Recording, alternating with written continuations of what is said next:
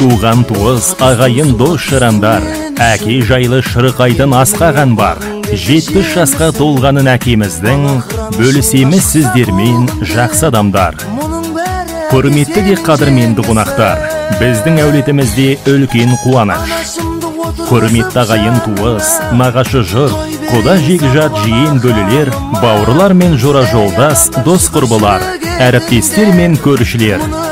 Сіздерді әкеміз Қадылбектің 70 жас мерейтойына арналған Ағдастар ханымыздың қадірлі қонағы болуға шақырамыз. Кел ағайын, қуаныштан қалмаңыз, қуанышты қуанышқа жалғаңыз. Шақырамыз мерейтойға келіңіз, шалқып тасып тілек айтып беріңіз.